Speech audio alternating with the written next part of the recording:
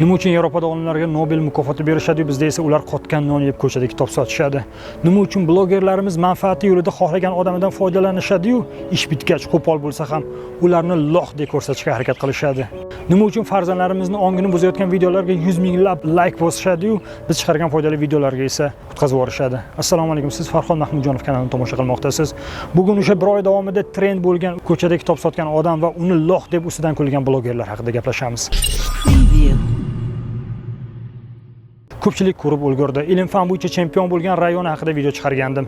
Videosida deyarli 100 mingta like bosilib, yana davom eting deb kommentariyga yozib qo'yishdi. Bugun esa tirik kitob nomi bilan tanilgan inson haqida video chiqarishga qaror qildim. Toshkentning ko'chalaridan birida eski hamda kuchli ma'noga ega bo'lgan kitoblarni sotayotgan insonni ko'rib qolishdi va ijtimoiy tarmoqqa video qilib qo'yishdi. O'sha video 3 kunning ichida 2 milliondan ziyod prosmotr bo'lgani uchun vaziyatdan foydalanadigan blogerlar darhol undan foydalanishga o'tishdi. Uni har bir aytgan gaplarini xuddi shov-shuvli narsa bo'lganidek internetga olib chiqishdi va rostdan ham prosmotrlarni ko'tarishdi. Tilanchi kuniga 2,5-3 million pul topadi. Alam qiladi 40 ming topaman. Oradan bir oy o'tgach ba'zi bir vayinchilarga mavzu qolmagani uchun u insonni gaplarini mazax qilib chiqishdi. Boshda kitobxonni qo'llab-quvvatlagan millionlab odamlar esa vayinchilarni tomoniga o'tib, ular ham mazax qilishni boshlashdi. Men bunga faqat bitta narsa aytishim mumkin. Odam yo'q deyishni ham bilish kerak.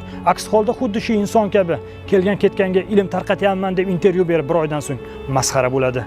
Alisher Navoiy bobomiz aytgandilar-ki, nima degandilar? Nima degandilar? O'sha qayda edi? Aziz insonlar, bizda ilmga bo'lgan hurmat shu bo'ldimi? Siz kimni tomosha qilayotganingizni haligacha anglab yetmadingizmi? Aynan o'sha siz kulib tomosha qilayotgan blogerlaringiz Diyora Keldiyor va chempion bo'lib kelganida unga borib yopishishmadimi? Abduqodir Husanov Manchester Cityga o'tganida Navruzlarga, o'tirishlarga, bazmlarga olib borib rasvosini chiqarishmadimi? Qani hozir Husanov, qani hozir Keldiyor va u haqida birontasi ham gapirishmaydi. Nimaga desangiz, chunki u trenddan uja tushdi. Do'stlar, men bu gaplarim bilan hech kimni kamsitmoqchi emasman. Shunchaki o'zingiz ko'rib xulosa chiqarishingizni iltimos qilaman. Chunki o'sha ilmlilarni, yoshi ulug' insonlarni kalaka qilib chiqayotgan, yalang'och tanasini ko'rsatayotgan buzuq qizlarni, LGBT yoki fahshni targ'ib qilayotgan blogerlarni, qimorni shirin hayot deb ko'rsatayotgan insonlarni bizni farzandlarimiz ko'rib ulg'ayishyapti.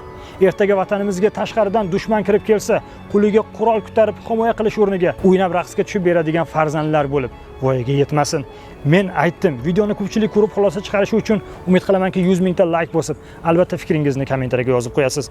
Agar men to'g'ri gapirgan bo'lsam, to'g'ri, noto'g'ri gapirgan bo'lsam, noto'g'ri deb albatta yozib qo'ying. Qaytgancha, o'sha siz u biz ko'rgan kitobxonni hamma gaplariga ham qo'shilmayman. Ibn Sino haqidagi ba'zi gaplarni o'sha kitobini topib qayta o'qib chiqishini tavsiya qilaman. Sizlar bilan men Farxod Mahmudjonov bo'ldim. Men 2026-yilgacha Instagram va YouTube kanalimdagi obunachilar sonini 1 millionta qilmoqchiman. Albatta yaxshi videolar chiqarib, shunday ekan albatta obuna bo'lib yordam qiling. Biz faqat foydali videolar chiqaramiz. Keyingi videolarda ko'rishguncha